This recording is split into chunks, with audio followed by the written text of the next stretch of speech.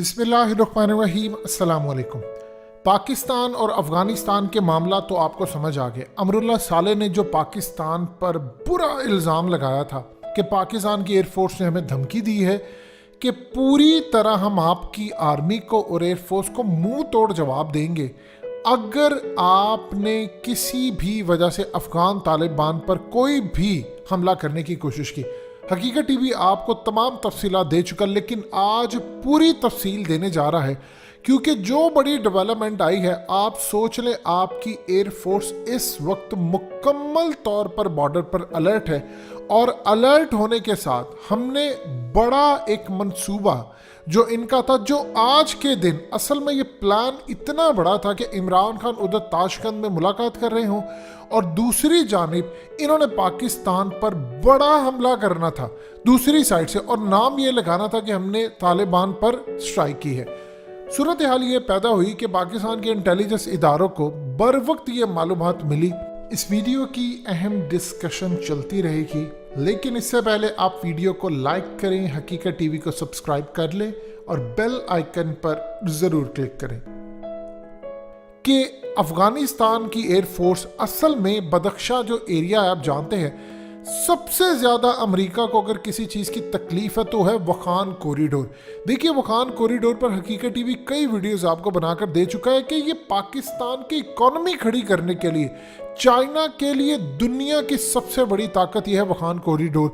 और इसी रास्ते इन्होंने कई दफ़ा कहा था, जब करज़ई की हुकूमत अशरफ गनी की थी उस वक्त अमेरिका कह रहा था कि आप वखान कॉरिडोर खोल दें ताकि अफगानिस्तान से ट्रेड का रास्ता चाइना तक जाए, और प्लान इनका यह था कि यहाँ से दहशतगर्द भी जाए। फिर आप जानते हैं कि जब ऐसी सूरत हाल होती है तो सुरंगें भी खोदी जाती हैं।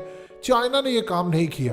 पाकिस्तान ने यहाँ से सेंट्रल एशिया तक जाता है, चाइना यहाँ से आगे जाता है। अगर ये हमारा क्लियर हो जाता है तो सारी जिंदगी इंडिया गिलगित बल्तिस्तान की तरफ फिर नजर भी नहीं उठाएगा अगर वखान कॉरिडोर पूरी तरह फंक्शनल हो गया। अब ये वही एरिया है बदख्शा, और ये साथ वही तरह के इलाके लगते हैं जिससे इन्होंने कोयटा और दूसरे मामला पाकिस्तान के लिए खराब करने हैं।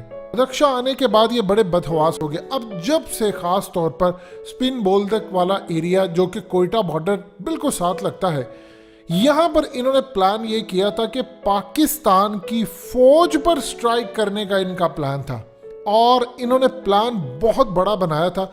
और साथ ये भी था कि इंडिया पाकिस्तान के अंदर कुछ बहुत बड़े हमले करवाएगा और दोनों साइड से पाकिस्तान में एक खाना जंगी शुरू हो जाएगी।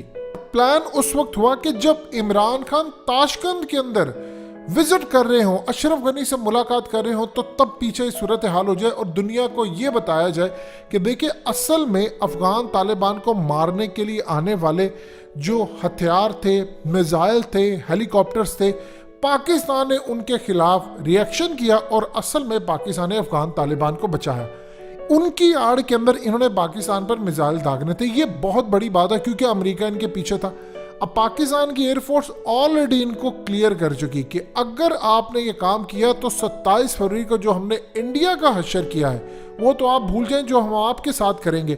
इस पूरे खेल के अंदर इनकी हवाइयाँ उड़ गई और अमरुल्लाह साले आते हैं और आकर बताते हैं कि देखिए जी पाकिस्तान ने हमें धमकी दी है कि आपने अफगान तालिबान पर स्ट्राइक किया तो ये होगा वो होगा।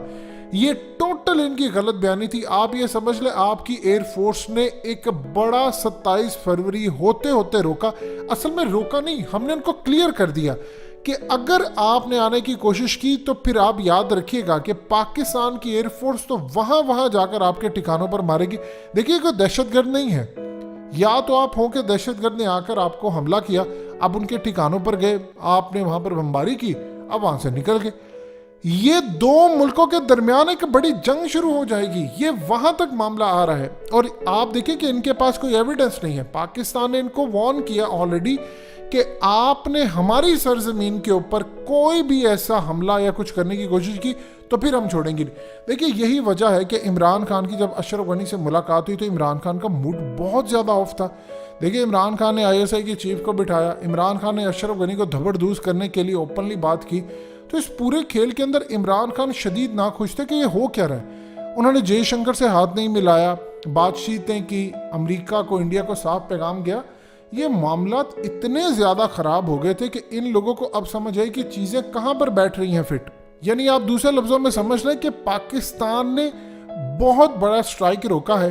देखिए एक चीज आप जेहन में रखिएगा, पाकिस्तान इंशाल्लाह स्ट्राइक भी नहीं होने देता। इनके हेलीकॉप्टर्स आते हैं, कुछ आते तो दूर से ही हम इनको निशाना बना देते कि तुम करने ये मकसद के लिए आए हो। असल में बड़ी कोशिश कर रहे हैं। अब तक की सबसे बड़ी नाकामी ये है कि कोयटा के साथ लगने वाला जो बॉर्डर है वो अफगान तालिबान के हाथ में चला गया। असल में पिछले काफ़ी सालों से ये कोशिश कर रहे थे कि पाकिस्तान का खास तौर पर बलूचिस्तान, सी पैक और ये वो तमाम चीज़ें, इस पर असल में इनका निशाना था। इस वक्त आपकी एयरफोर्स मुकम्मल तौर पर यानी सबसे ज़्यादा हाई अलर्ट है, इस वक्त हाईएस्ट लेवल पर अलर्ट है।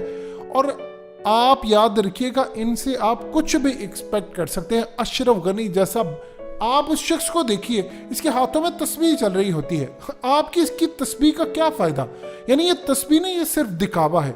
जब आप उठकर लोगों को मारते हैं, देखिए इनके लिए सबसे बड़ी तकलीफ बात पता क्या है? अफगान तालिबान ने इस दफ़ा बदली है स्ट्रेटजी।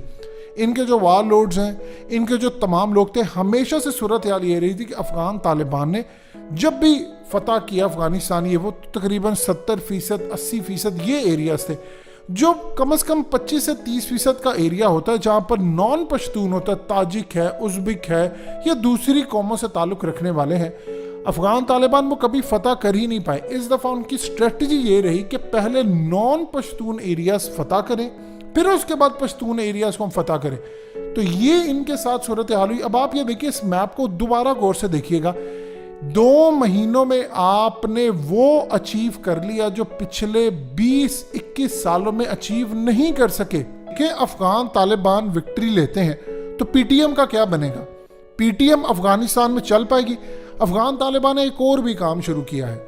अफगान तालिबान ने पाकिस्तान को कहा है कि जैसे ही हमारी हुकूमत आएगी, आपने सबसे पहले जो पाकिस्तान में रहने वाले मुहाजिर हैं उनको आपने वापस भेजना है। जो आना चाहते हैं वो आ जाएं, जो नहीं आना चाहते हम ज़बरदस्ती नहीं करेंगे। लेकिन उसके साथ एक और भी काम है कि अफगान तालिबान ने चाइना को कहा कि आपने मिनरल्स निकाले नीचे, आप नीचे रेयर अर्थ एलिमेंट्स, ये तमाम चीज़ें निकाले, पैसा लगाएं, अफगानिस्तान को दूसरा दुबई बनाएं, रीबिल्ड करें, कंस्ट्रक्शन का काम हो, बिल्डिंग्स हो, इदारे हो, रोज़गार पैदा हो, जॉब्स हो। यूरोप को कहा, आप क्यों इस वक्त आप देखें कि यूके यूरोप के साथ क्यों अफगान तालिबान के मामला ठीक है? वो कह रहे हैं कि आप आए हमारे मुल्क में इन्वेस्टमेंट करें। सबसे पहला एक मुतालबा अफगान तालिबान ने चाइना के सामने रखा है कि आप यहाँ पर आकर रोज़गार पैदा करें ताकि हमारे लोग आए। अब पाकिस्तान ने जो इनके 30 लाख से ज़्यादा मुहाजिर रखे हैं, हमारे साथ भी उन्होंने ये कमिटमेंट की है कि हम इनको वापस बुलाएंगे।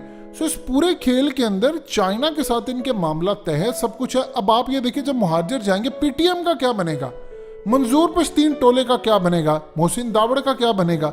ये अली वजीर टाइप ये पीटीएम का जो अखाड़ा है, ये कहाँ पर सजेगा जाकर? जब अशरफ गनी टोला, ताजिक, उज़्बेक, ये वो सारे फारिग हो जाएंगे, वहाँ पर अफगान तालिबान की हुकूमत होगी। तो ये आखिरी खेल करने जा रहे थे। देखिए अमेरिका ने कुछ तो करना है। इन्होंने बाद में कहना जी देखिए पाकिस्तान ये काम कर रहा है, पाकिस्तान अफगान तालिबान को बचा रहा है, अमेरिका हमारी मदद के लिए है। तो पाकिस्तान को अमेरिका के साथ भी उलझाना, लड़ाई करवानी, ये चीज़ें करवानी, ये पूरे एजेंडे में शामिल था। सो पाकिस्तान की एयरफोर्स तो मुकम्मल अलर्ट है। हम इनका वो हश्र करेंगे कि आप सोच नहीं सकते। इनको बचाने के लिए वैसे आना भी किसी ने नहीं है। इंडिया के साथ तो फिर ममालिक आगे थे, अमेरिका ये वो, इनके बारे में तो यही दुनिया कहती है कि ठीक है आप इनको फारिग करें। अमेरिका ने तो ऑलरेडी कुछ अर्से पहले कहा अशरफ गनी को कि तुम रिज़ाइन कर दो, तुम्हारी तो इतनी हैसियत ही नहीं है कि तुम कोई चीज़ मैनेज कर सको।